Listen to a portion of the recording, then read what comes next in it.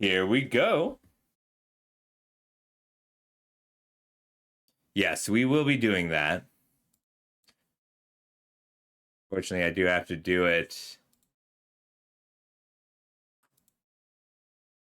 Nope, not channel. I've gone to the creator dashboards to do that.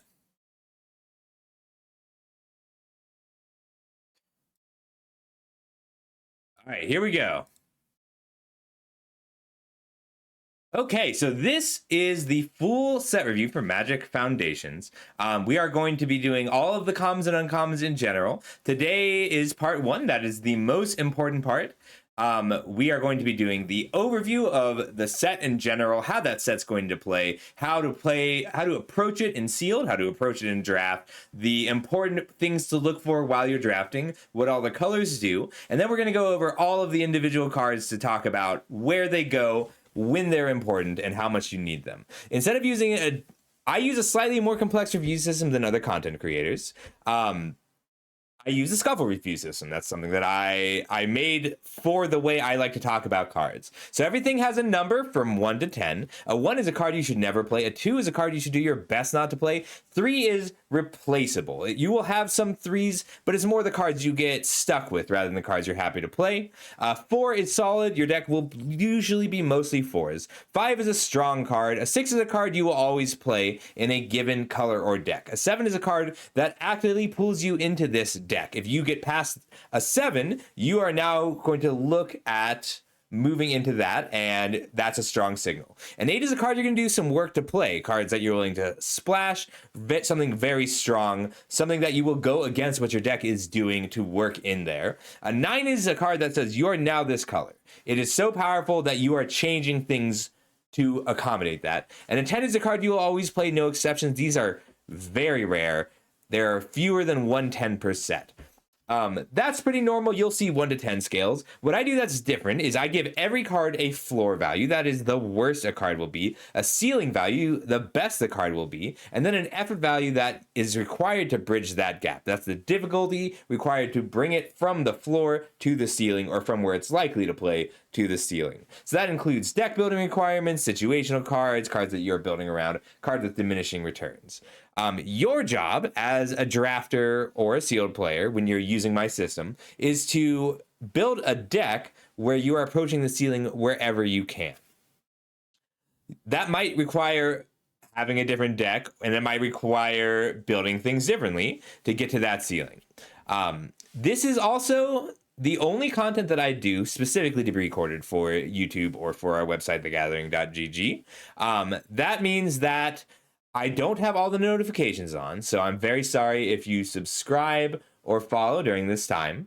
And I will be taking questions between slides. Okay, can everybody hear me? It looks like I still have 0 viewers. So I'm gonna make sure people can hear me first. Can anybody hear me? Okay. Sorry, it still says I have 0 viewers, so I just wanted to check. This can happen, but I just wanted to make sure I was recording, so great. All right, quick roadmap. Let's do it like this so we can see there. So, Foundations is a little weird compared to some of our other sets in the past.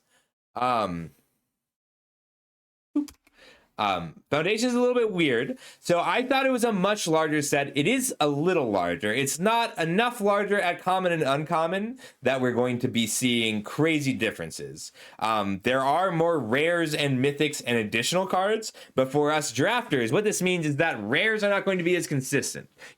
But commons and uncommons are going to be pretty much the same. So this is my favorite card that I've read so far. I'm very excited to be playing with Revenge of the Rats. And I'm going to take it a little too high. First today, we're going to talk about the mechanics. We're going to go through all of the stats of creatures specifically, then all of the others, and then all the other stats, then all of the removal stats, then the general shape of the format, how you should approach it, and what you can learn just from what you know going in, what you should know going in, and how it's different from other formats. Then we're going to talk about all of the multicolored cards, and because there's only 10 signpost uncommons, 10 multicolored signpost uncommons, we're also going to take that opportunity to talk about the archetypes and what's important in those. Then we'll go through all of the artifacts and all of the lands. And this, since we are drafters, this is only going to be the commons and uncommons today. I might do the rares, we'll see. But commons and uncommons are what's important. We'll be doing 2 colors tomorrow or 3 colors tomorrow, and then 2 colors or 3 colors on Wednesday. And then we'll be all done. All right. Up first, we have mechanics. There's no real mechanics here. Like, there's no overarching or impactful or important mechanics. All of the cards are going to be judged on a card-by-card basis and the micro synergies. So there's not literally zero mechanics, but there's no like flagship disguise or rooms that everything is built around. There's no Eerie. There's no graveyard to enchantment scale. What there is kicker flashback. Kicker is you pay an extra cost and you get an extra effect. Flashback is you can pay a cost, cast a spell from your graveyard. Morbid says at the beginning of each end step, or if a creature dies this turn, something different happens. Raid is bonus effect if something attacked. There's also lots of counters synergies, life gain synergies, prowess synergies, like counters, life gain, prowess, threshold. There's kindred. There's a little bit of kindred tribal stuff. Flash is a major mechanic, and drawing your second card in a turn. And you might notice that none of these are things that are unique to this set. None of these are things that you will even like find more than a few sets without.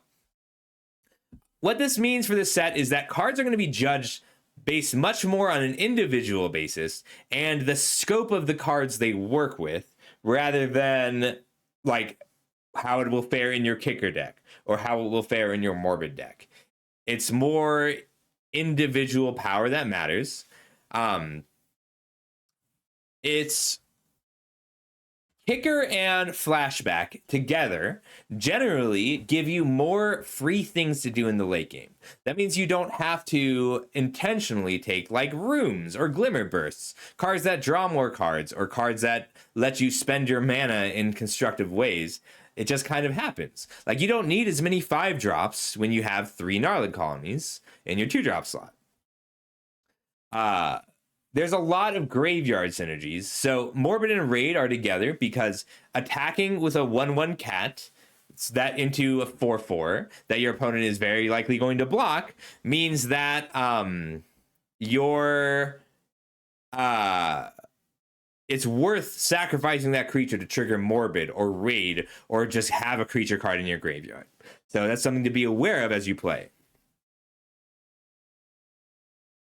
All right, up next is stats. So in the Foundations, there are 117 creatures, 25 of which have flying, which is very high. 3 of which have reach. All 3 of them are green. That is very low. There are 10 combat checks. That's very high compared to other sets. And 7 of them cost only 1 mana. There are 7 pieces of recursion, things that return creatures from your graveyard to your hand or to play. 6 anthem/charges. This is going to become important with all the tokens. There are 10 common dual lands, 11 if you count evolving wilds. Those are common ways to fix your colors. There are also 5 colorless ways to have fixing. They vary a lot in strength. Generally, good fixing paradoxically makes it harder to run 3 colors to splash something when you really need to, because you can't pick up that fixing late. There are 5 colorless fixing pieces. They're all a little bit weak, and that means that if you pick up a bomb rare in pack 2, you can probably get the fixing you need to splash that, because those cards are a little bit weaker. There's also there's a lot of different green ways to fix your mana, which is normal. And there's a few ways to make treasures in red. But, so of those 117 creatures, not counting any tokens, there are 28 creatures with 1 toughness, 34 creatures with 2 toughness, 23 creatures with 3 toughness. These are all very high compared to past sets. 18 creatures with 4 toughness, 4 creatures with 5 toughness, 2 creatures with 6 toughness, 0 creatures with 7 toughness, and 1 creature with 8 toughness. So out of all of these... So the landscape of creatures for this set, it's very high as a percentage of total cards. So there are more creatures as a percentage of total cards in this set than in the past. More of those creatures have flying as a percentage of total creatures. And on average, all of the creatures are smaller, both in mana value and in toughness. The toughness sizes mean that if your removal spell deals 1 damage to something, it'll kill 26% of creatures in the format, plus all of the cat tokens. The 4 2 damage removal spells kill more than half of creatures in the set at 56%. The 2 3 damage removal spells kill 77% of all creatures in the set. The 1 4, 1 5, and 1 6 kill 93, 99, and 99% of the creatures in this set, respectively. So the 5 and 6 damage removal spells are as good as a Doomblade most of the time. The 4 damage removal spell is very, very good, but Burst Lightning, Stab, -2/-2, deal 2. For 1 mana, you get to kill more than half of the creatures in the set. That's unusual. Besides the targeted specific removal spells, there's 6 unconditional removal spells, 2 conditional ones. So most of the unconditional removal spells are black. The conditional spells, are like Make Your Move, destroy target creatures with power 4 or greater, and Broken Wings, destroy target creatures with flying. There are 3 sweepers, and these are all just commons and uncommons. There are 2 auras that take out a creature. There's 1 Oblivion Ring effect, exile target creature until this permanent leaves play. 2 bites, 2 fights, 2 tappers, 1 bounce, 1 tuck, put it on top or bottom of their library. 6 creatures that operate as removal spells, and then 3 disenchant effects. The best of which is Reclamation Sage. We'll be talking about Reclamation Sage quite a bit. Yes, great question, Lion. There are a lot of creatures with kickers that grow them a little bit, so Gnarled Colony gets a little bit bigger. And there are also lots of creatures that just put counters onto something when they come into play. Okay, so a couple quick things. Back to the combat tricks. Combat tricks have recently gotten quite a lot worse with the blocking change. And that is because double blocking has gotten a lot worse. So double blocking has gotten a lot worse. Combat tricks have gotten a lot worse. With Foundations, we're having a rules change in how combat damage is assigned to multiple blockers. If I block with 3 creatures, rather than you choosing the order of those creatures, you wait until damage is actually assigned, and I can't respond to see where the damage is going before I'm playing a combat trick. That means that Giant Growth is a lot worse, because if I have 2 2/2s and you have a 3/3, I don't get to see which creature your 3/3 is going to hit first before I Giant Growth that 2/2. If I Giant Growth the left 2/2, then you kill the right 2/2, which means that if I have a Giant Growth and you have a 3/3 and I have 2 2/2s, that double blocking will always cost me 2 cards, even if I'm killing your 3/3. So just as a heads up, I think that's why there's so many more combat tricks than usual, and why they're better and at 1 mana, because they're riskier. The shape of the format. This is going to be the longest slide.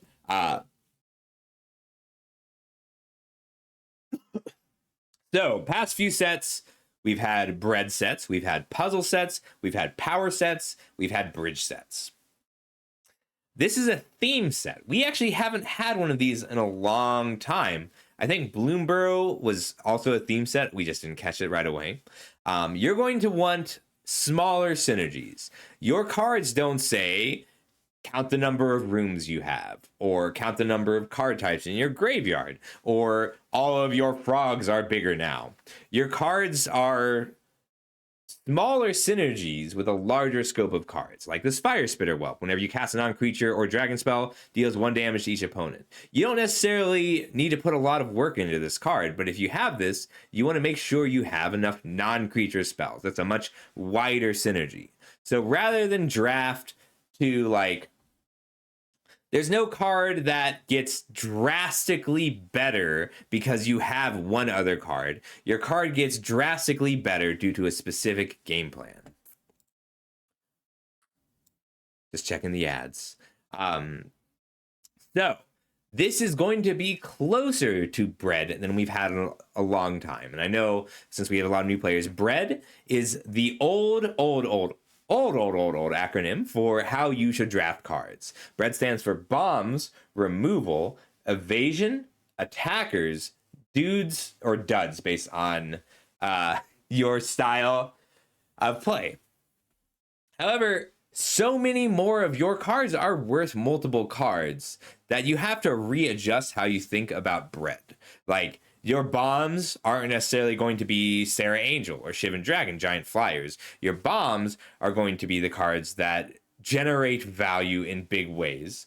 And removal needs to be a lot stronger in general just because you don't really care about killing your opponent's Mischievous Mystic after it's already made 2 flyers.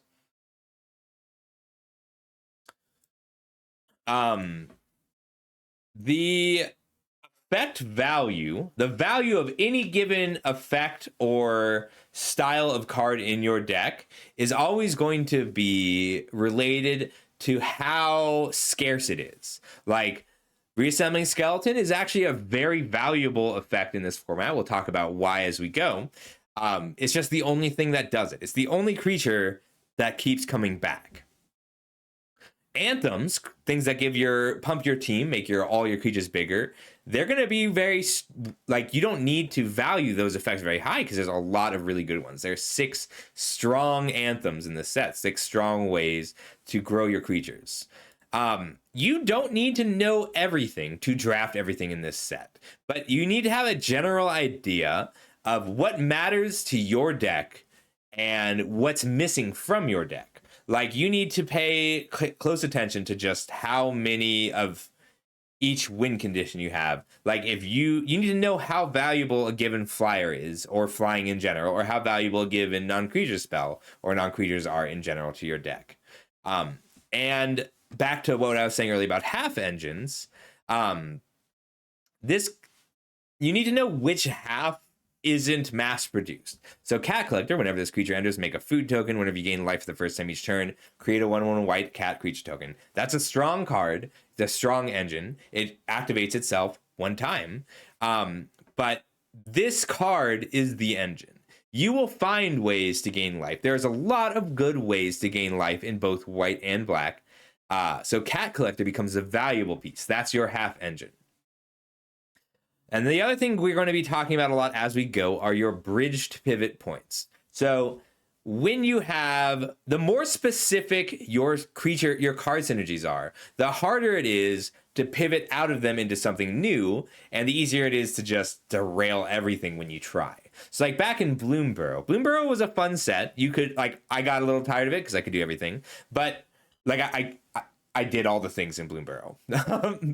But like, if you were squirrels, you could pivot pretty well into lizards with some of the good squirrel cards. But if you were blue-green frogs, pivoting into birds was really difficult, and pivoting into lizards was impossible. So this is a set with your bridged pivot points. Mischievous Mystic, that is a really valuable card early on because you can play that card in this draw 2 deck with all the spells, and you can play it in the Flyers deck. You can also play it, like, it's good everywhere, but that's the pivot point between draw 2 and Flyers. So finding those pivot points helps you tell which decks are open. But if you know all of the bridged pivots, then you can use process of elimination to figure out what's open. Like, if you know that Reassembling Skeleton goes into both Raid and Morbid, which are black-red and black-green, but not into Life Gain, which is black-white, or Control, which is blue-black, and you see Reassembling Skeletons, then you know black-red or black-green specifically are open, not all of the black archetypes, even if there's no cards of any other color in that pack. And that, yes, is a complicated concept. Don't worry too much. It's going to make more sense as we go through the rest of the cards. All right. Onto the cards. Okay, so I'm going to be going over each of the archetypes of the 2-color archetypes, and there's more archetypes, but each of the 2-color archetypes with the signpost uncommons. So up first we have Empyrean Eagle. This is a flying lord. A 3-mana 2/3 flyer, that's good enough. Like, you'll play a 3-mana 2/3 flyer most of the time. In a set full of burst lightnings and stabs with because it has 3 toughness. If you have one other flyer in play, then this is a 3-mana 3/4. And if you have 2 flyers in play, this is a 3-mana 4/5.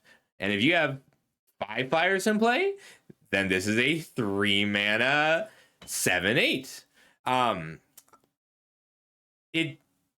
Blue white has so many flyers. Like, this card is worth first picking and it's worth splashing, and it's very easy to get a lot more than 3 mana worth of value out of this creature. If your opponent sees it, they have to kill it right away or they are probably going to lose. So that means that it's also worth protecting, but blue and white are very good at protecting their creatures in this set. So as far as signpost uncommons go, this is one of the strongest ones in the set, and it just gets a little bit ridiculous as you get more and more of them. This is a reprint. It was also ridiculous before. So I gave it a 7 with a floor of 4 and a ceiling of 7. And it's usually going to play at that ceiling. Like, if you take your creatures at random, you will have enough flyers to get Empyrean Eagle to play at the ceiling. And there are multiple ways to make multiple flying bodies at once in this set. All right, Dreadwing Scavenger. This is a really cool card. Like, a 3-mana 2/2 flyer that loots, that is good enough. If it only looted when it came into play, you would still play this. Thank you so much, Carl. Really appreciate that. But this is a 3-mana 2/2 that loots when it comes into play and loots every attack and gives you a bonus when you have 7 cards in your graveyard in an archetype that cares about your graveyard. Like, it is so much easier to make this 3-mana 2/2 draw a card every turn than in other sets. Like, it is as good as Oblivious Bookworm in Duskmourn, but it's a better attacker. And as a side note, Threshold is a mechanic. You'll see it in a few places. This creature gets +1/+1 and has Death Touch as long as there are 7 or more cards in your graveyard. Threshold is kind of trivial. So, like, it's not that it's trivial, it's that it's automatic. You will eventually have Threshold. If you play a normal game of Magic, things die, spells get spent, you will have Threshold.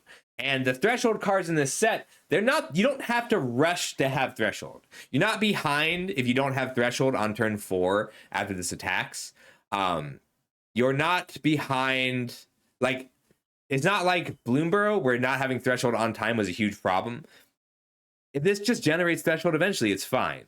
Like, a 3-mana 3/3 Death Touch that loots every turn is so good in general and even better than usual in this set. It's pretty trivial to get it up to that ceiling of an 8, and it'll usually play as a 7. Like, you just need to make sure you are stocking your deck with flashback cards and Threshold.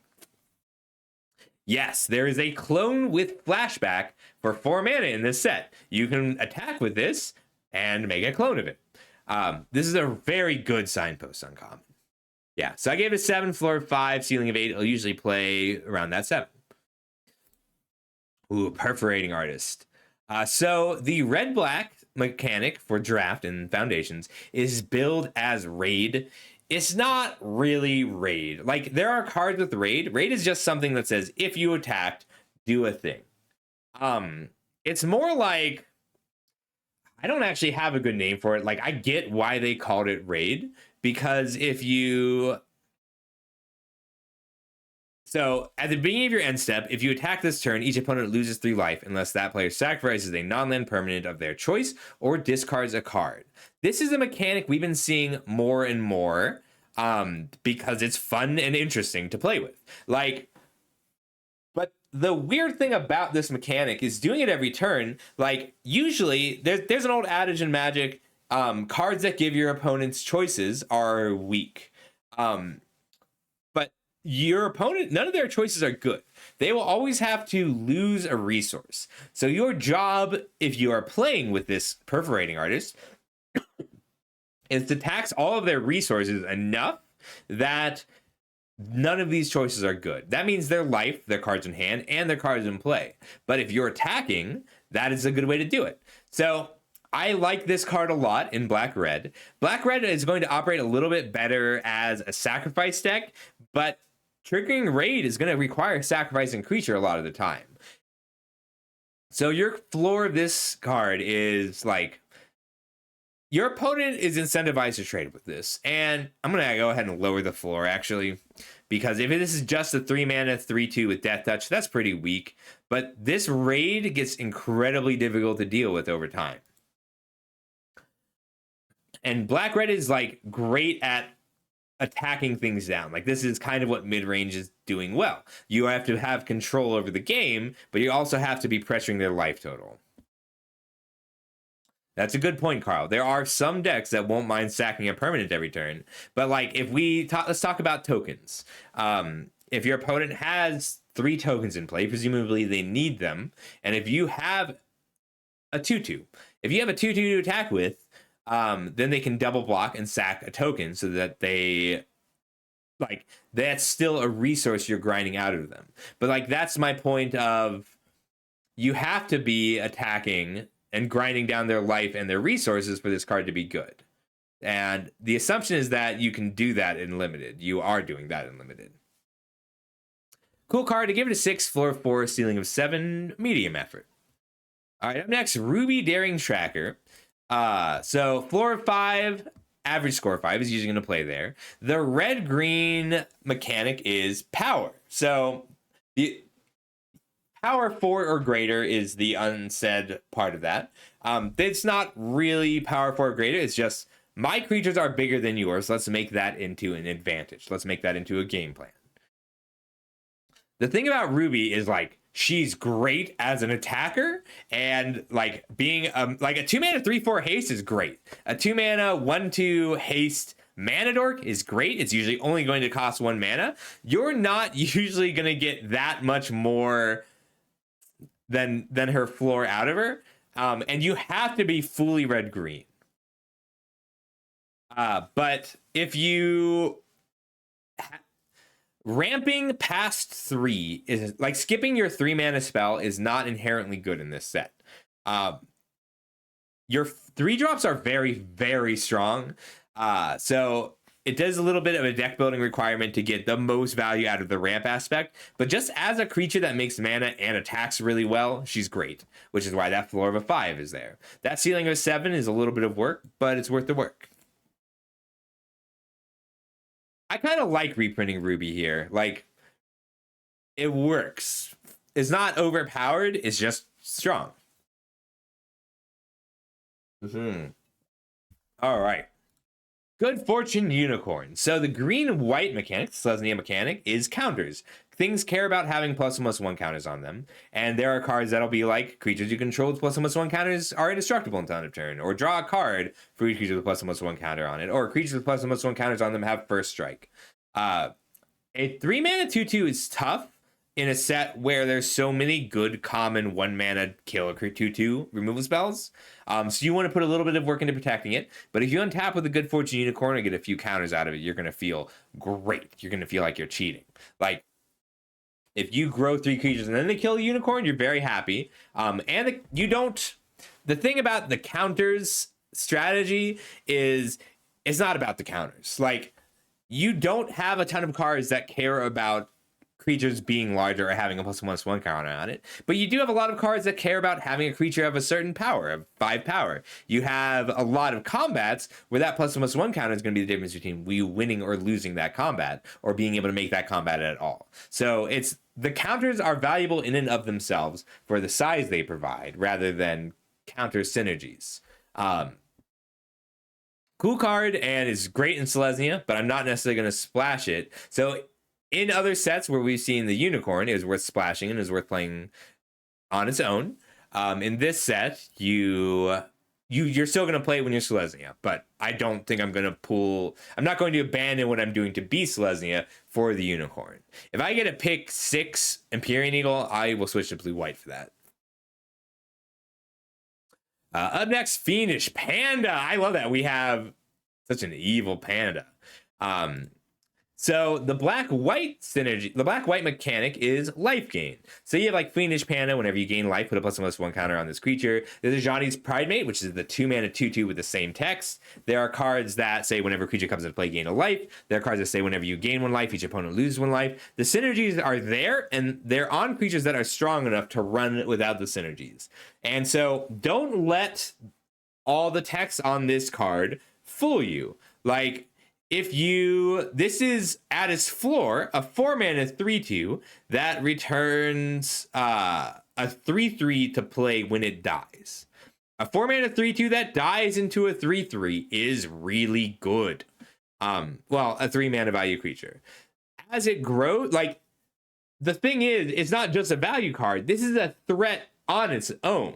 Like, if you play this on turn 4 and your opponent kills it and you get to pick up your 3-drop, that's not that bad. Like, you're going to be okay with that. But if you untap with this and then gain a few points of light, now it's a 4/4/5/4/6/4. Your opponent has to kill this, and it picks something else up. There is a red spell that exiles. There is a white spell that exiles, like there's an O-ring. There's witness protection, which you'll probably see a little of. But there's not as many clean answers to this as we've had in the past set. Like, it's not a set with 2 blue auras, 2 white auras, 2 exiles, and black. Like, it is not trivial to deal with this. And the black sack outlets are good enough that you can make it difficult for your opponent to kill this without you picking something back up. It's a lot. It doesn't look weak, but it is a lot stronger than it looks in this set. The life gain sources are great, by the way. Like, the life gain sources are almost tacked onto stuff. Like, there's 1 mana, deal 3 to a creature, attacking or blocking creature, gain 1 life. There's a 6 mana 1/1 with lifelink that makes 2 3/3s. Like, those little points of life gain are free. Really cool card. I love the design on it. Up next, we have a reprint, Balmor, Battle Mage Captain. This card is as scary as it was in Dominaria United. And it was really scary. Like, it gives your whole team trample. Like, it pumps the team for every spell you play. But, like, you would play a 2-mana 2/3 flyer that gives your whole team trample, even without the extra power. This lets you set up big combo turns to finish the game later on. But it's just a good sized body. It's a really scary card. There are good cantrips in this set, and there's great non-creature spells in this set. This is a powerful anthem. It works in most decks. And yes, you should kill this on sight. Blue-red is spells. So all of the color pair mechanics you'll find are very classic feeling. But yes, Balmor is really good in this set. Blue-red is spells is going to be good in this set. One thing they did a little differently from other sets is it's common for red to have cards that are like put 2 1/1 goblins into play or put some elementals into play. There's blue ones too. There's a 3-mana instant spell, make 2 1/1 flying birds, tap a creature. Like, making tokens is easy and strong. Hey, Corner Pocket. How's it going? Thanks for the follow. I'm sorry you didn't get all the notifications. We're doing this for all right, we're doing this for YouTube, so I'll be doing comments between cards. All right, moving on to Golgari. Okay, so the black-green mechanic is Morbid, and Morbid is very simple. It's something that triggers. It cares about whether a creature dies, and it's case by case. Some things say at the beginning of your end step, if a creature died this turn, you choose one. You either gain 2 life or you draw a card and lose 1 life. There's also stuff like, so this is not a politics stream. I can tell you all the ways that you're wrong, Corner Pocket, with evidence and reasoned arguments, but we're not going to be doing that right now, okay? So you want things that come back. You want extra bodies, and there is like lots of there are lots of individual ways to recur things or to get value out of your graveyard. So you are wrong, but we're not going to be taking the bait today. We're going to go ahead and time you out because I do want to talk about the cards right now.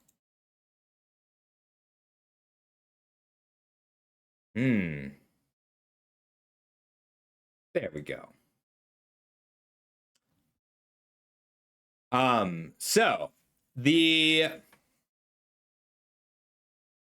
Words of Cycle is a really strong card. You will likely get to draw a card the turn it comes down, but that's great. Like a 4-mana 3/4 draw a card, even at the cost of a life, that's very strong. This gain 2 life is usually going to be as an emergency. So if your creature dies and you're really behind on life, that 2 life might save you. And there's also a lot of cards that care about gaining life that trigger when you gain life. So it's more gravy than anything. But once your cards start flowing, it is very easy to keep creatures dying. Because it's not just your creatures. Like, yeah, you can attack with the Reassembling Skeleton, have it die, return it to play, and you'll get some extra cards. But you can also just murder. Like, if you play a murder and you kill your opponent's creature, you also draw a card. All removal and all creatures just get better for having this. Yes, so the black-green-green is to prevent you from splashing this, Carl. Like, the problem is this card is powerful enough that if this were just black-green too, I'd be running it in every green deck. I'd be running it in every black-white deck. It's a very strong card, so I gave it a floor before with ceiling of an 8, and usually it's going to be between there, but really great in any black-green deck. Up next, Heroic Reinforcements. Yes, there are 2 elves in the picture. So this is a reprint. It's kind of a lot, but if you this is 4 mana for 4 power haste. That's very good. And this is the best Anthem available to a red-white deck, but you'll also splash it in a lot of white decks just for that surprise kill. Don't underestimate the amount of damage this will put out even on turn 4. When you die on turn 4, it will usually be because your opponent played a Heroic Reinforcements. But the thing about Heroic Reinforcements is on turn 6, 7, 8, it's still good, even with an empty board, because you can play another creature. That creature also gets +1/+1 and gains haste. Terrifying card. You have to know this exists. Boros is very simply aggro in this set. Like, red-white aggro is the archetype. All right. Next, we have Tatiova. That is a 5-mana, 3/3 landfall, gain a life, draw a card. Blue-green is billed as ramp. Tatiova is we're at what, 64,308 lies from Trump confirmed by last count. If you can give me a count of any number of Harris's lies, let's say 5, but not here, then I'll take you seriously. But as of right now, you're just a lying bigot who we are going to assume is trying to hurt the people in this stream. But with the power of your vote. So thanks for that. So Tatiova has been awkward in the past because you really want her in slower formats. We have seen her perform really well in Dominaria because that was such a slow format. This format is much faster, and if you can get stable with the Tatiova down, you're going to win the game. That's that ceiling of a 7. But she'll usually play closer to that 5, which is a 5-mana 3/3, draws a card, gains a life, eats a removal spell. There are very good ways to put more lands into play in this set. So, like, we have Evolving Wilds or Grow from the Ashes to search up 2 lands, draw 2 cards, gain 2 life. That gain life is also very relevant. Tatiova is pretty easy to splash, so she's going to perform really well in, like, a green-white life gain deck. You can splash your Tatiova in there. But you have to be aware when you're playing her of how many lands you're playing after her. right? Like, know how many lands you need to play, and then if you have 2 Tatiovas, you need to stop playing lands, because you need to make sure that once you play the Tatiova, those lands are worth cards. So a lot of there are landfall cards in the set, but they're mostly this kind of high impact thing. I think they did a pretty good job on how blue-green's going to play. All right, that is it for all of the multicolored cards and archetypes. We're going to move on to the artifacts now.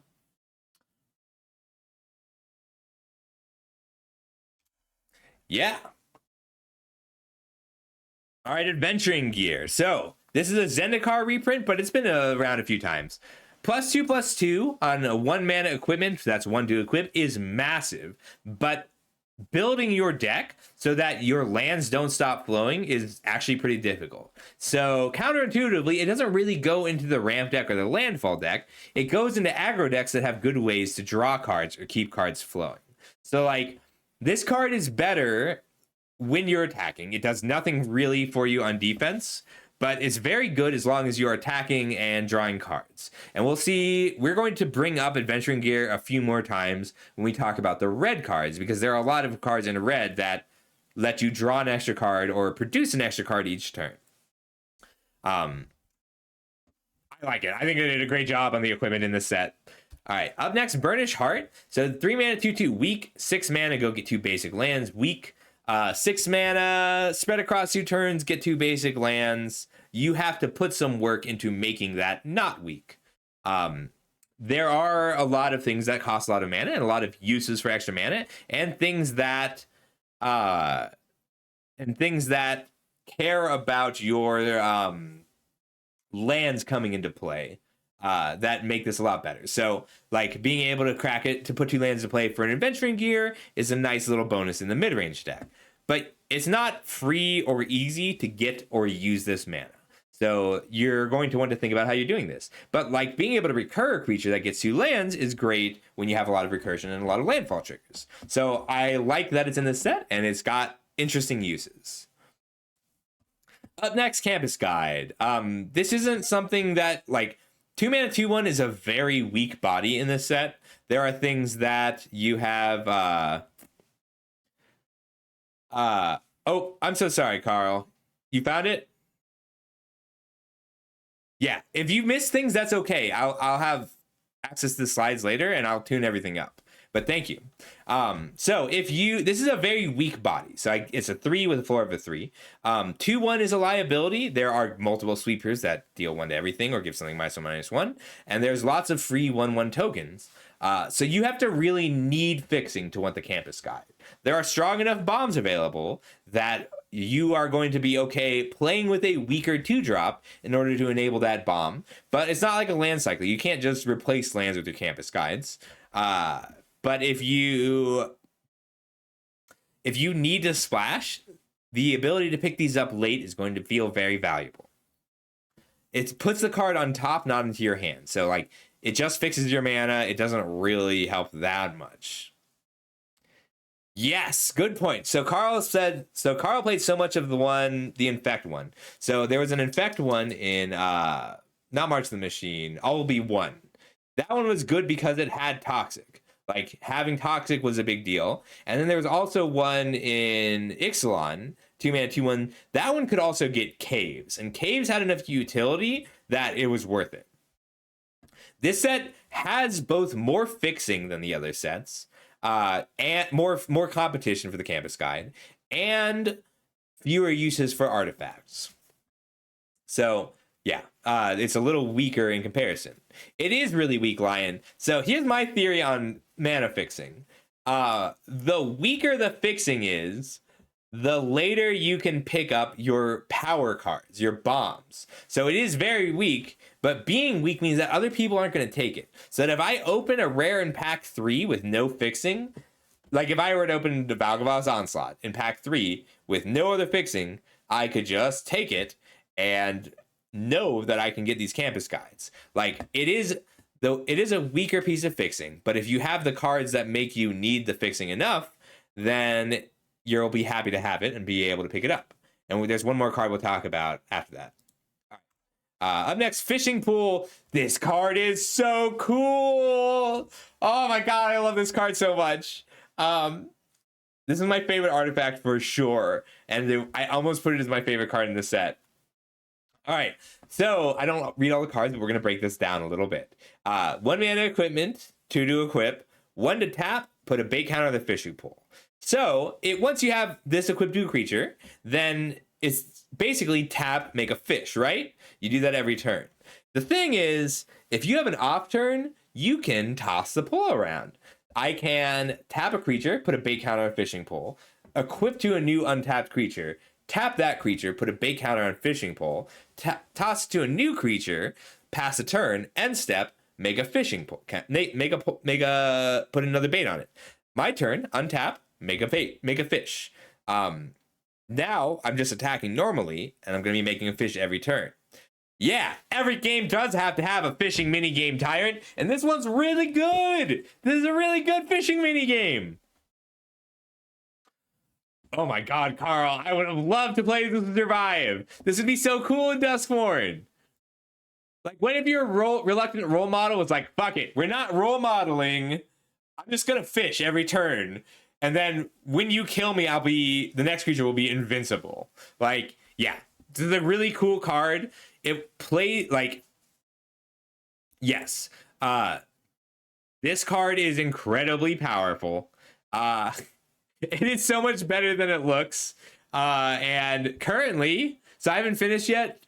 I haven't finished all my views, but currently this is my biggest difference with other content creators. We're going to take a 60-second break while this ad runs, and I'm going to get more water. I'll be right back.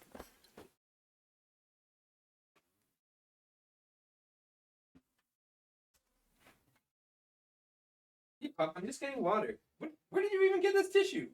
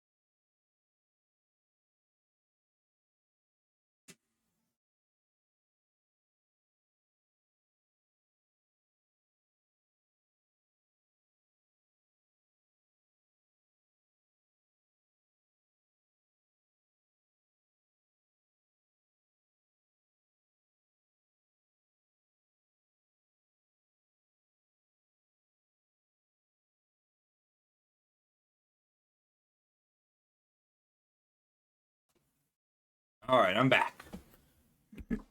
Sorry, I thought I'd snoozed that ad, but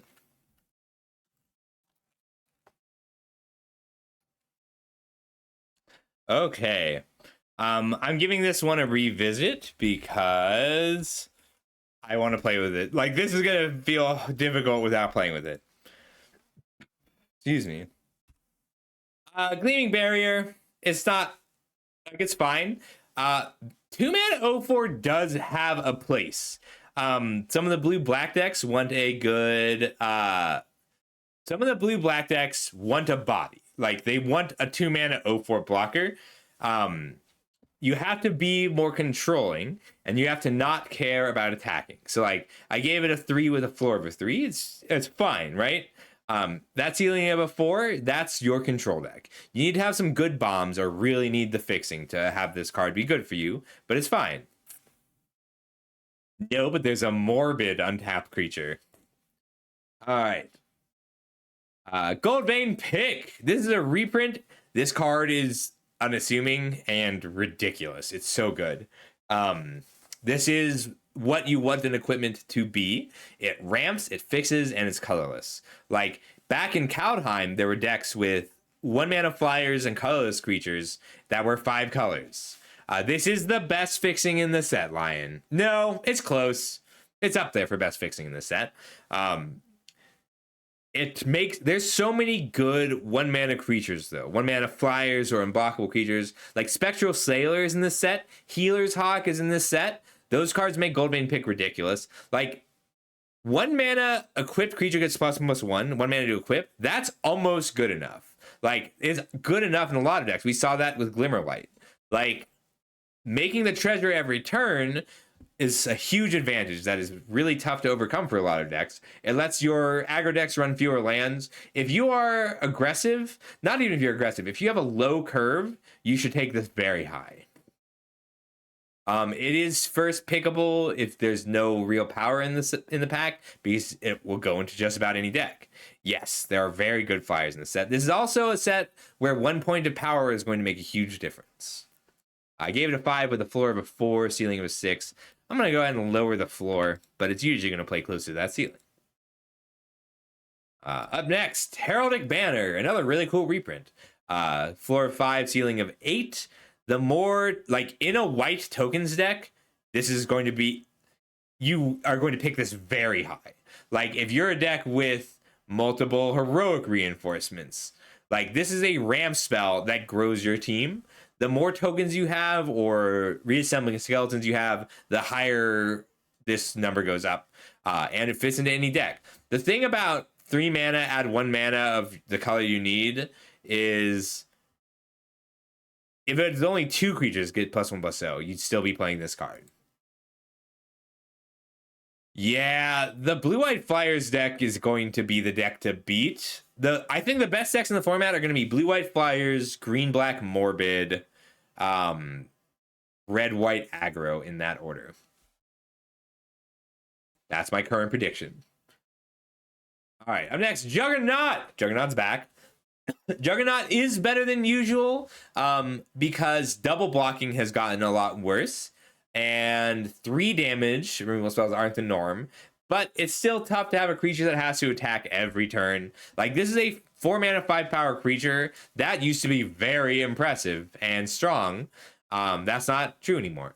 Like, it's a filler creature at best, but it's not the worst filler creature. Like, you'll play it when you need to. It's just tough to make it good. Ooh, here's an old favorite. Meteor Golem. Like, what a cool... This card has been cool, I think, every time it's been in the set. So there's no, like, portal, right? There's no blink this creature every turn, return this creature to your hand every turn. There is some good reanimation, and there's some good recursion. So this is a creature that requires some work. The format has gotten a little bit slower. You can, like, or a little bit faster. This card has gotten a little bit slower. You can't play this card if you're relying on it to come down on turn 7. That's not good enough. But if you are playing extra mana sources and ramping it out, then it's very good. If you have recursion after it comes down, that's very good. And if you can reanimate it, that's very good. None of those are easy or free. Like, but it fits pretty well into a blue-green deck or a black-green deck. And there are even some white cards that let you pick it up. Like, the white deck with it would have, like, Days of Judgment or the Pups. So, really good point. So Carl says this would be better in less go-wide formats. This is true. You can make your deck so that it feels like it's playing in a less go-wide format. There are 3 different common or uncommon sweepers that only deal with small creatures. Those cards all make Meteor Golem a lot better. Like, there's a pretty wide gap between the floor and the ceiling of Meteor Golem. I gave it a floor of a 3 with an average of a 4 and a ceiling of a 7. This is a card that's worth building around. It's not strong on its own, but you can build around it. Yes, so don't take it too high, but there's a deck for it, and there's a good deck for it. All right, up next, Quick Draw Katana. I meant to lower the ceiling to a 4.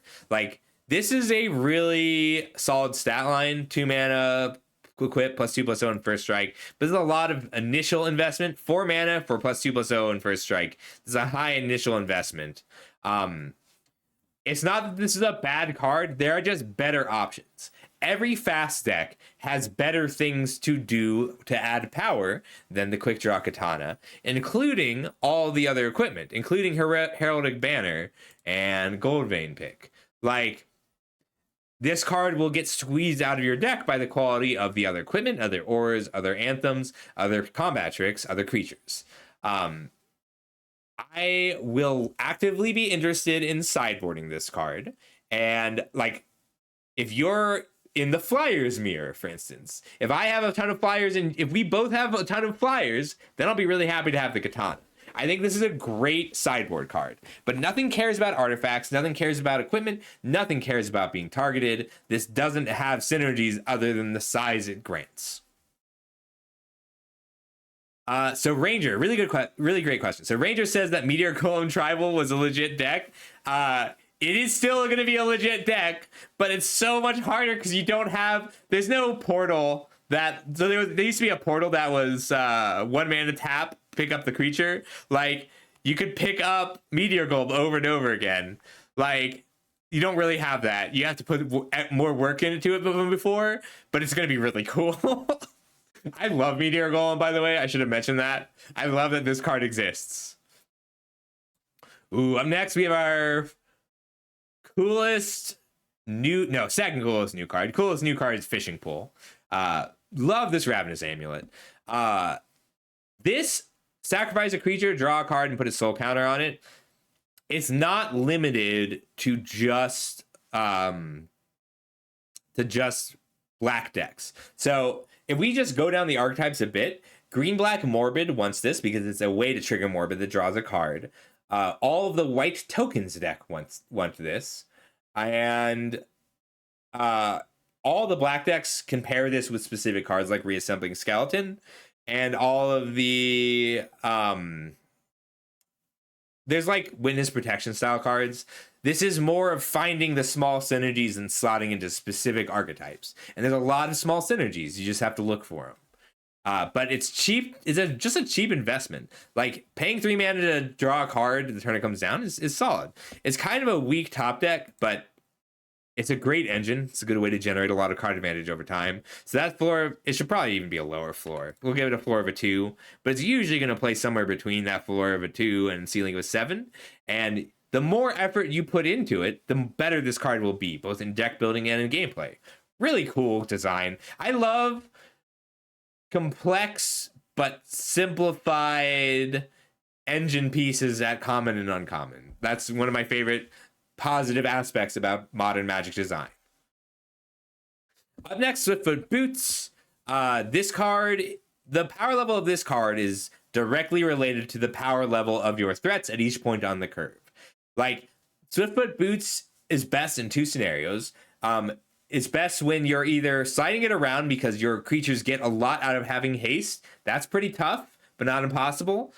Or when you have high value cards like that in something like Bloomburrow or even Duskmourn, keeping one specific creature alive for a long time was incredibly valuable. Great question, Photodev. Yes. But like, for Swiftfoot Boots to be very strong, you need to have cards like Balmor or Wardens of the Cycle. These engine pieces that are worth protecting and generate the value. That's not hard, but you need a lot of them for Swiftfoot Boots to be good. It's not actual Platinum Angel. Photodev asks, is Platinum Angel in this set? New Platinum Angel is in this set, and new Platinum Angel is a white card, which just kind of makes more sense. Oh, Blood. Really good question and really good timing.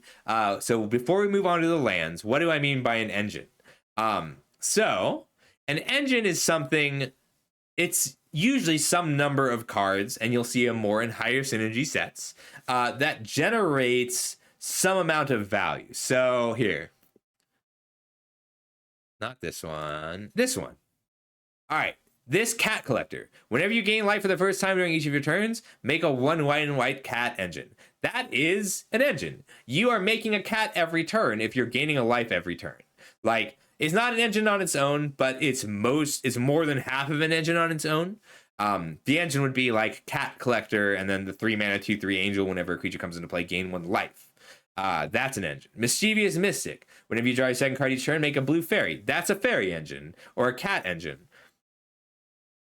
There are simpler ones, like Wardens of the Cycle is its own engine. You draw a card every turn as long as you're killing things. But if you're drawing cards, you should be killing things. Tatiova, this is a very simple one. Landfall, gain a life. And you can build it out to be more complex. You can have Tatiova and Cat Collector in play. Now every time you play a land, you draw a card and gain 1 life and make a cat. So yes, different sets put different value on building on different engines with different difficulties. So like you could do some crazy engines with lots of cards put together in Duskmourn. In this set, the engines are simpler, but cards have different weight. So specifically as to why Swiftfoot boots are better for an engine in this set than in others, if we take it's not 2-card combos that are your engines, right? It's Cat Collector and gaining life. And since there's so many ways to gain life, you only really have to protect the Cat Collector. So if I have 3 Cat Collectors, suddenly I'm a lot more interested in Swiftfoot boots. But the numbers are more referring to pick order here. So having Swiftfoot boots with the Cat Collectors is good. But if I'm trying to decide between Swiftfoot boots and Cat Collector, then I'm taking the Cat Collector. That's what these numbers mean. So that's why it's average 3, floor of 3 with a ceiling of 6. But once I have those power creatures and cards that generate value on their own, I'm going to be much happy to take Swiftfoot boots. All right, so we're moving on to lands. So I'm going to take a big drink of water.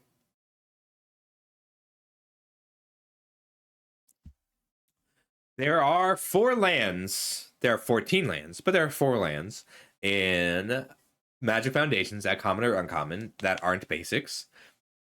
And normally these cards like Tranquil Cove enters tapped, enters gain 1 life.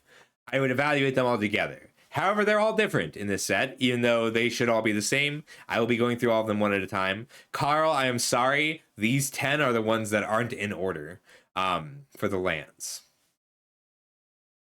Okay.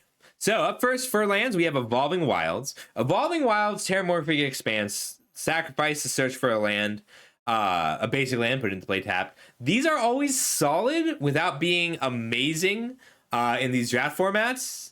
I'm sorry, Carl. I was talking to Carl. But good to see you, bud. This set has landfall cards. So Evolving Wilds is going to be a 4 most of the time because you're not that interested in splashing. You'll still always play it, but you're not always going to take it over the other cards. But once you have a Tatiova, Evolving Wilds gets a lot better. Oh, thanks, Carl. So yeah, gave it an average of 5, floor of 4, ceiling of 6.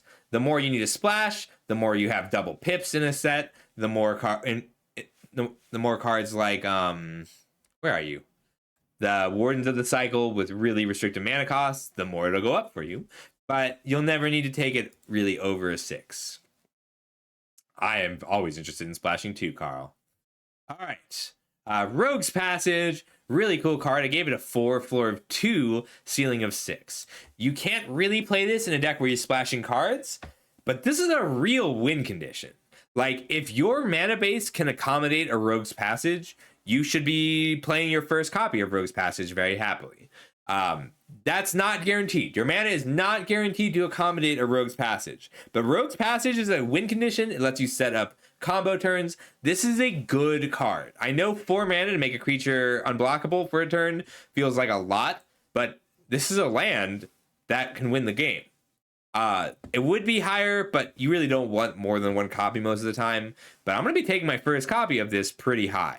Yeah, it enables raid, which is awesome. It enables poking through with a few points of damage. It enables, like, this card. The reason this card is still good is because if you're making a 2/2 unblockable every turn, like on an otherwise stalled board, that'll get you there eventually. But you can also kind of set up big kill turns where I'm giving my 2/2 with double strike +3/+3 and then Rogue's Passage.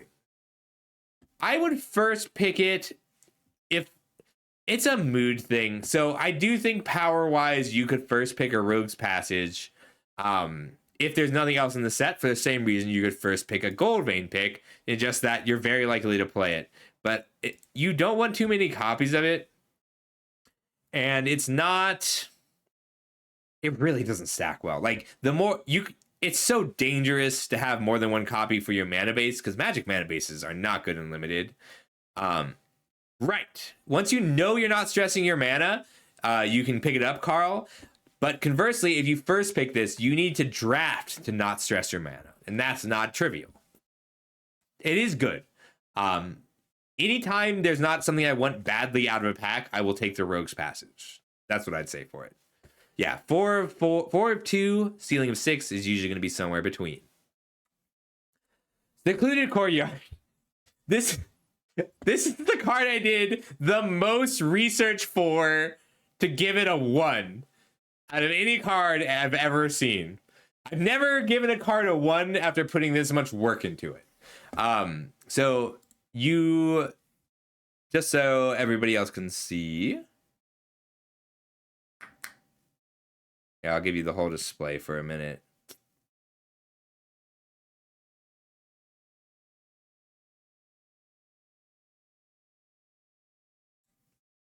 Why can't I? There we go. All right, so where are these are all the different subtypes in the set, and how many of them are at each rarity: common, uncommon, rare. And you notice that all these numbers are very small. Like, we'll just look at the totals. Yeah, so these numbers are small. We have 10 elves. Well, you don't need fixing for elves. They're all green.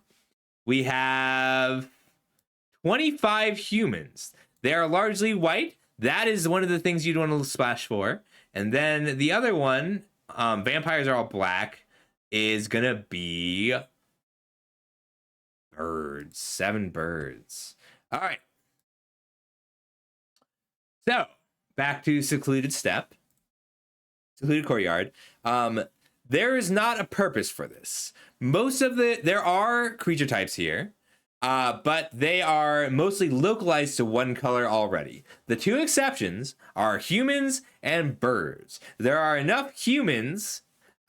This is just commons and uncommons. I know the numbers were different over there. There are enough humans that you might want to try and splash a synergy package. I wouldn't recommend it. None of them were that strong other than the rares. If you have multiple multicolored humans, which there are, at rare or mythic, then you can play a Secluded Courtyard to help with your fixing, and it's going to be worse than an Evolving Wilds or a Dual Land for you by a lot.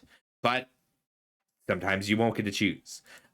Birds is the exception, because for some reason, all the birds in this set are base blue and ludicrously powerful. So, like, the birds are really good. I think bird is the only type that is worth playing Secluded Steppe for. And it's because of this set of 3 blue birds, as well as some rares. So yes, 4-color, right. 4-color base blue birds is a deck if and only if you have 3 of the best uncommons in the whole set. Okay? You have to already have 3 of the best uncommons in the whole set, because they are all synergistic. These 3 birds across 4 colors work really well together. I'm not saying that you should do this. I'm saying this to drive home that I looked through all the creatures in this whole set at every rarity to try and find different ways to use Secluded Courtyard. And that is why you should not play Secluded Courtyard. You can take Secluded Courtyard if you already have 4 or more of the best uncommons in the set. All right, the last thing we're going to do are the 10 tapped lands. Sorry, Carl, this is the part where they're not going to be in order. But normally I would lump these all together. But there's a lot to unpack here with these. All right. There are 10 common duels. They all have this text. This land enters tapped. When this land enters, you gain 1 life. So gaining 1 life is a relevant thing in this format, because Playing my turn 2 Ajani Pridemate, turn 3 Ajani's Pridemate, Scoured Barrens, means that I have 6 power on board now because of my land. This land provides synergies to me. I have been. All of the white gain life lands and black gain life lands have a little more value based on the number of cards that care about life gain that slot into that given archetype. I was gonna talk about that, March. Okay. You know what I need to start doing in the future? I need to add a list of cards you need to know about. Okay. One of the cards you need to know about is called Hidetsugu's Second Right. You can't see it unless I... Come on. Why can't I make you see this card? I'm really struggling here. All right, well, Hidetsugu's Second Right says... if target player has exactly 10 life, Hidetsugu's Second Right deals 10 damage to that player. Controlling your life total so that you are not at 10 life is something that you may have to do in this set. I tried that thing, but my face covers it. Right. Figuring out whether or not your opponent has Hidetsugu's Second Right is a thing. Okay, so... generally, these cards are going to range from floor to 6, a floor of 4 to a ceiling of 6, just based on how much you need these colors and how much you're willing to speculate on these colors. In general, the downside to a tapped land is time. Your opponent might get an extra attack. You might be a little bit behind. It doesn't completely mitigate it, but that 1 life helps a lot.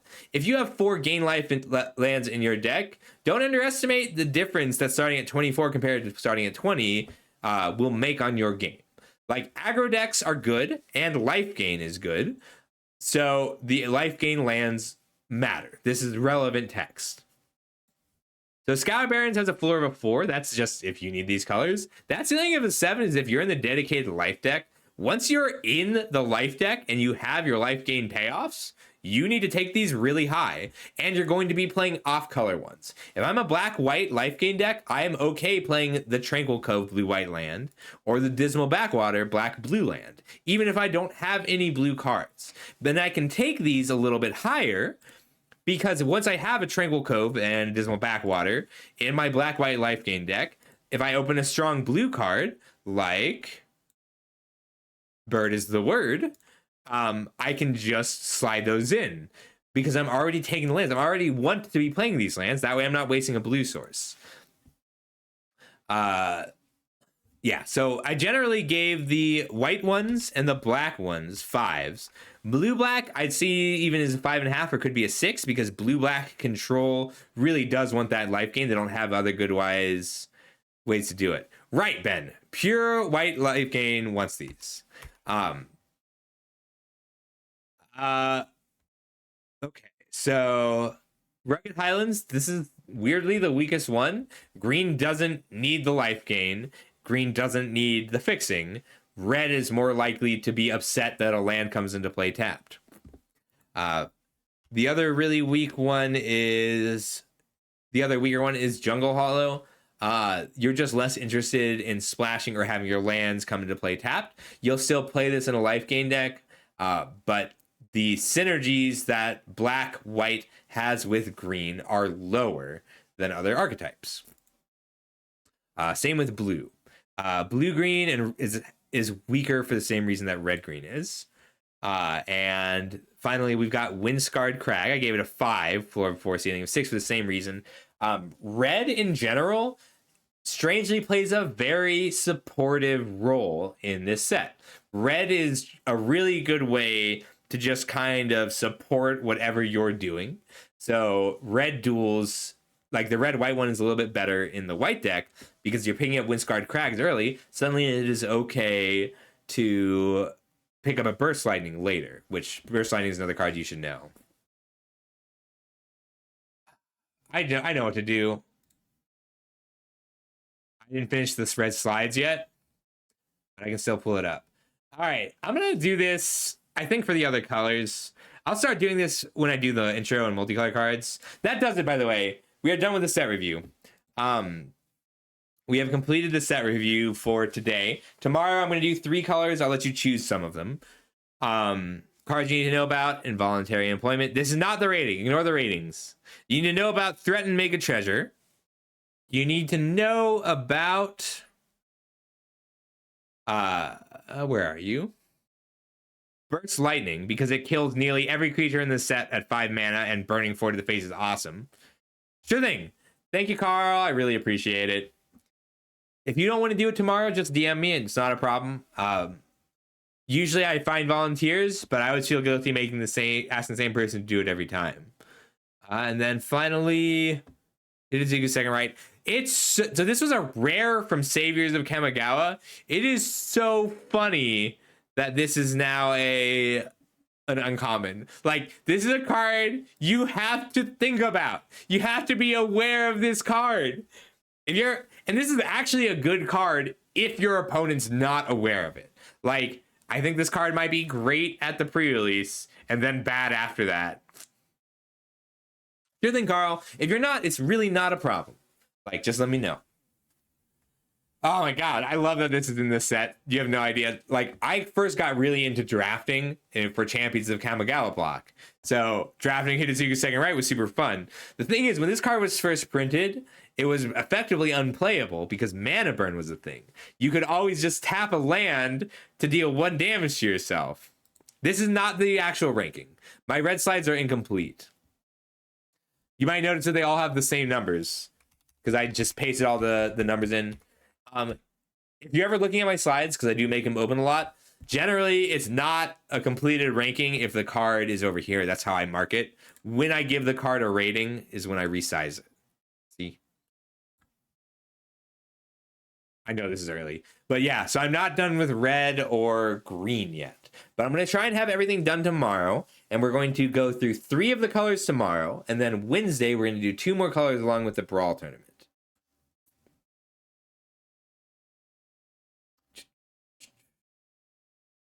All right, so this is this week's schedule.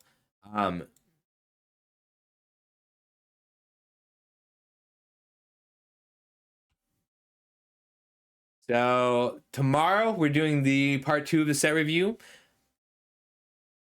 I'm probably going to start tomorrow's stream before 7, but the set review won't start until 7. So if you're only here for the set review, that's when you need to come back. I'm going to do some drafting tomorrow, and I might start Bazaar early tomorrow. And then on Wednesday, we're doing it earlier. We're doing this Foundation set review at 3:30, and we're only doing 2 colors, and that's because we're doing Historic Brawl on Wednesday. If you want to play in the Historic Brawl tournament, you can sign up. You can sign up on Discord. If we have more than 8 signups, I will go ahead and I'll make a formal event. But if we have under 8, I like doing it manually because I can't fire an event unless we have at least 8. I will be running it regardless of how many people sign up, by the way. So no matter how many people sign up, we will be having a Historic Brawl tournament. All right, I'm going to stop the stream for just 1 second for my editing purposes. But tomorrow we are going to be... tomorrow we are going to be doing part 2 at 7 p.m. I'll start early if I can. It really depends on when I finish the set review because I want to have all the colors done, even though I'm not going through them all. All right, I'm stopping the stream for just a second so that I can